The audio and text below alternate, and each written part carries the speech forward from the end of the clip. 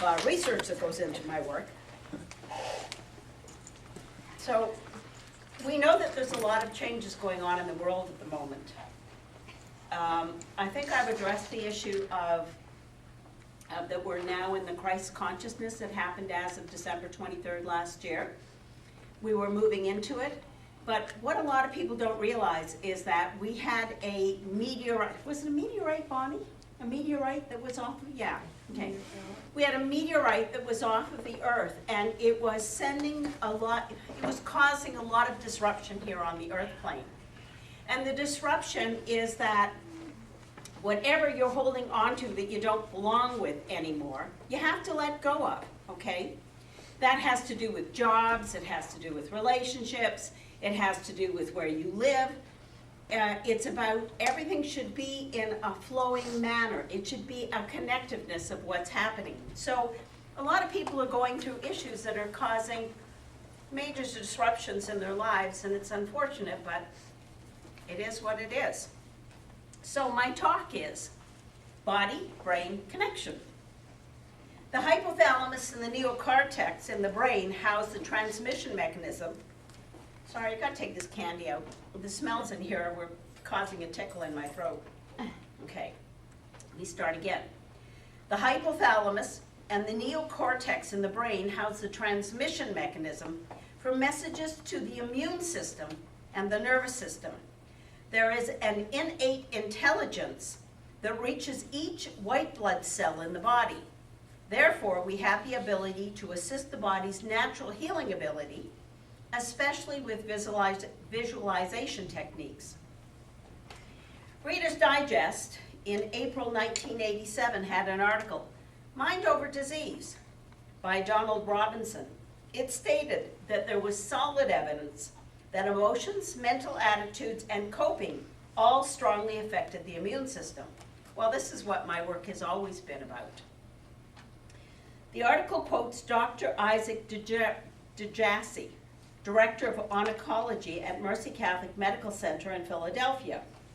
We now have convincing evidence that the right mental attitude can help your immune system function more effectively. Consciousness provides the energetic seed for creation.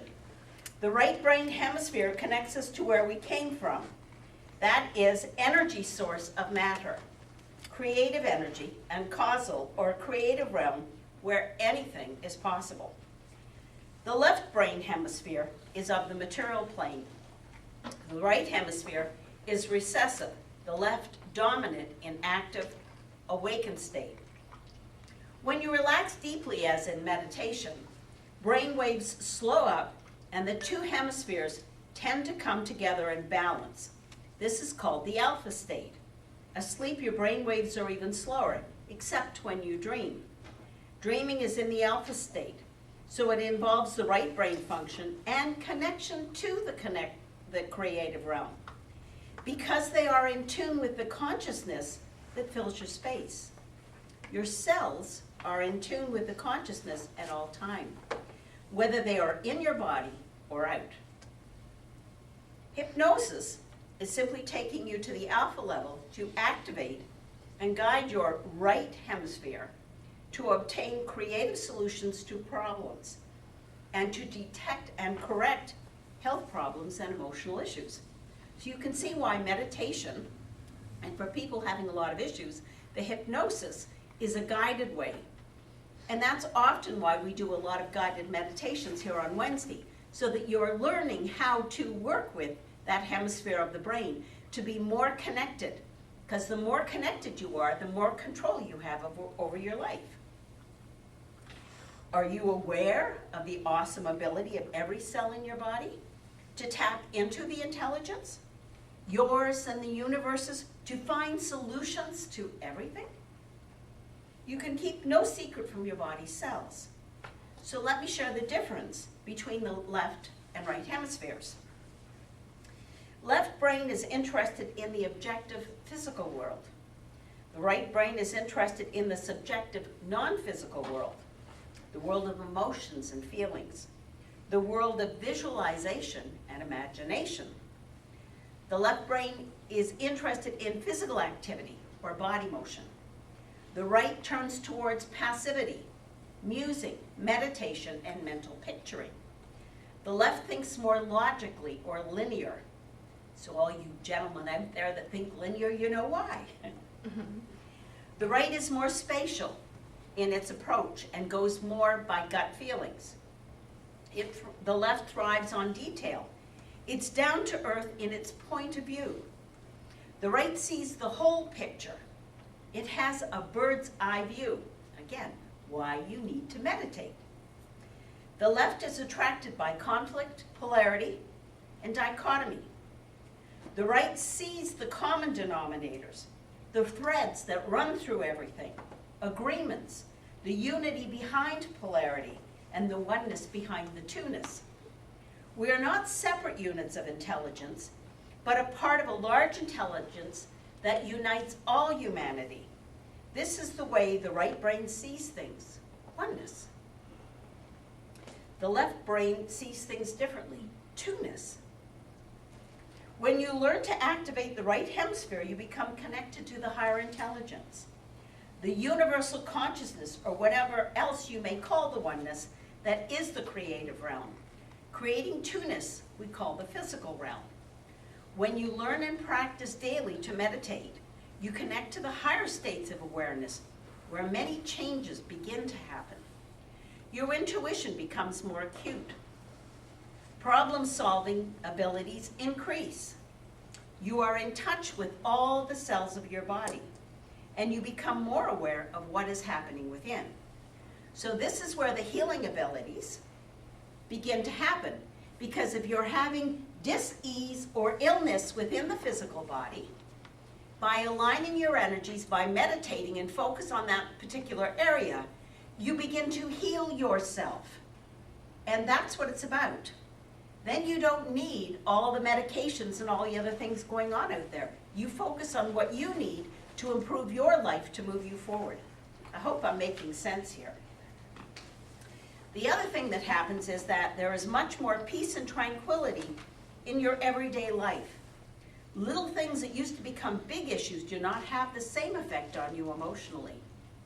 Have you ever noticed that after you've done a really good meditation, if someone says something to you that normally would set you off, you look at them and you just have much more peace and tranquility. You don't get caught up in it anymore. That's why we really encourage you to learn how to meditate. And we have an extraordinary, super duper teacher here. For how many years, Bonnie? 35, 40? Am I giving it away? Kind of there. Okay. But that's why meditation is so important. And I don't care where you go to learn this. I care that you do it, because you bring peace and tranquility into your life, and then you have more control. So let me take you one step farther and leave you with thoughts to ponder. Love and health go hand in hand. Caring is biological. The mandate to love your neighbor is not just a moral mandate, it's a physiological one. How many knew that? Several years ago, a study done at University of California in Berkeley found that socially isolated people were more susceptible to illness and had death rates about 2 to 3 times higher than people whose social lives were richer and fuller. Harvard psychologists did the most intriguing study. This is going back a ways.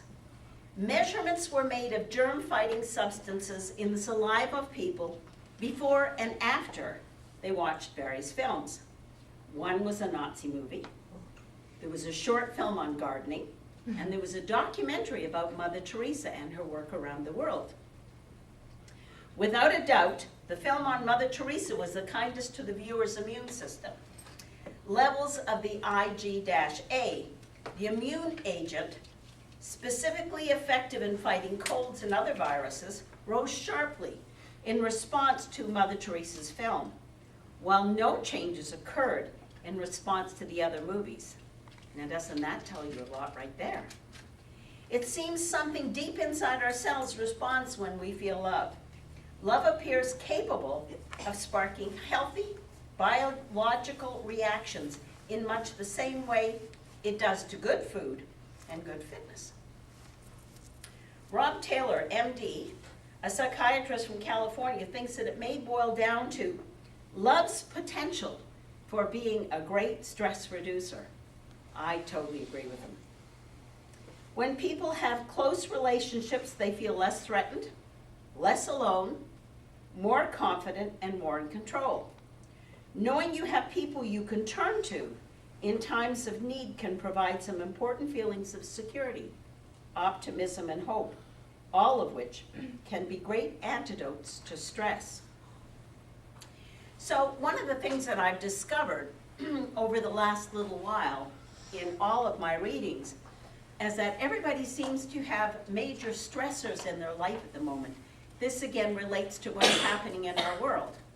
So the more you learn to meditate, the more you learn to be more in control of what's happening in your life, the more you connect to higher self, the better off you're going to be.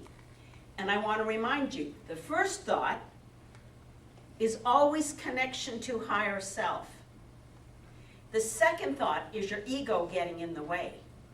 If you remember that, it will help you tremendously over the next couple of months, because we've got a lot of energetic movement going on, and it's going to continue for a little while.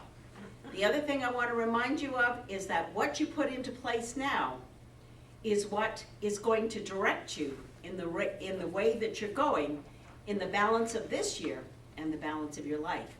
So if there's something you truly want in your life right now, focus on it and go for it. And my conclusion is, practice meditation daily to balance left and right hemispheres, allowing you to be more in control of your life, mentally, emotionally, and physically.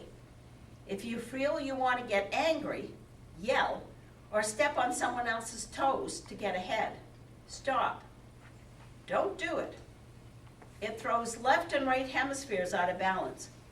When it comes to health, nice guys really finish first. Namaste.